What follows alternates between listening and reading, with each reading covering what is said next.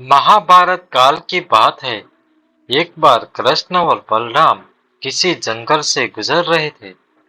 चलते चलते काफी समय बीत गया और अब सूरज भी लगभग डूबने वाला था। अंधेरे में आगे बढ़ना संभव नहीं था। इसलिए कृष्ण बोले, बलराम, हम ऐसा करते हैं कि अब सुबह होने तक यहाँ ठहर जाते हैं। सुबह होते ही हम अपनी मंजिल की ओर आगे बढ़ सकेंगे। बलराम बोले, पर इस घने जंगल में हमें खतरा हो सकता है। यहाँ सोना उचित नहीं होगा। हमें जाग कर ही रात बितानी होगी। अच्छा, हम ऐसा करते हैं कि पहले मैं सोता हूँ और तब तक तुम पहरा देते रहो, और फिर जैसे ही तुम्हें नींद आए तुम मुझे जगा देना। तब मैं पहरा दूंगा और तुम सो जाना। कृष्ण के सुझाव दिया। बलराम तैयार हो गए। कुछ ही पलों में कृष्ण गहरी नींद में चले गए और तभी बलराम को एक भयानक आकृति इनकी ओर आती दिखी। वो कोई राक्षस था। राक्षस इन्हें देखते ही जोर से चीखा और बलराम बुरी तरह से डर गया। इस घटना एक विचित्र असर हुआ। भय के कारण बलराम का आकार कुछ छोटा हो गया और राक्षस और विशाल हो गया।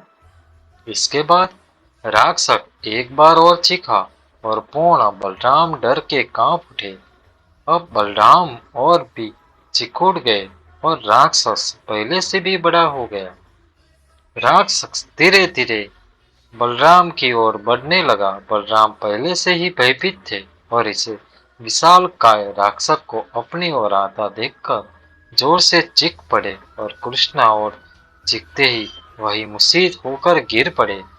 बलराम की आवाज सुनकर कृष्ण उठे। बलराम को वहां देख इन्होंने सोचा कि बलराम पहरा देते देते थक गए हैं और सोने से पहले इन्हें आवाज दे दी।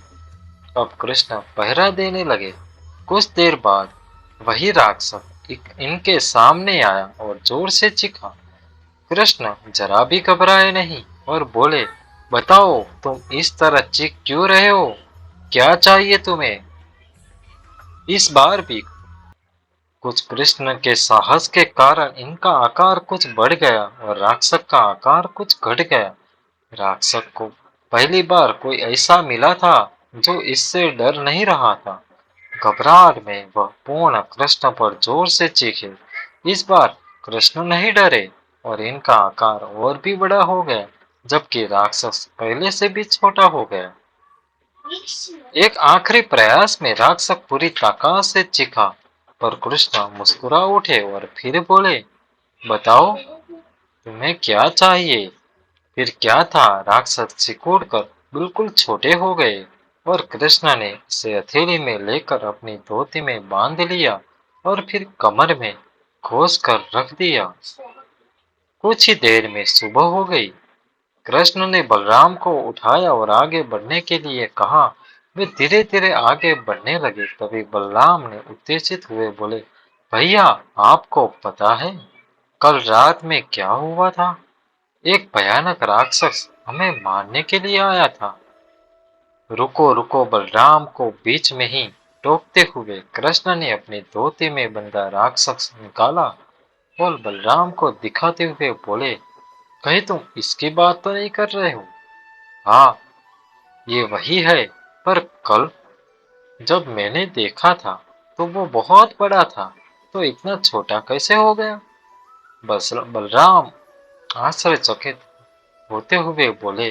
कृष्ण बोले, जब जीवन में तुम किसी ऐसी चीज से बचने की कोशिश करते हो जिसका तुम्हें सामना करना चाहिए, तो वो तुमसे बड़ी हो जाती है और तुम इस पर नियंत्रित करने लगते हो।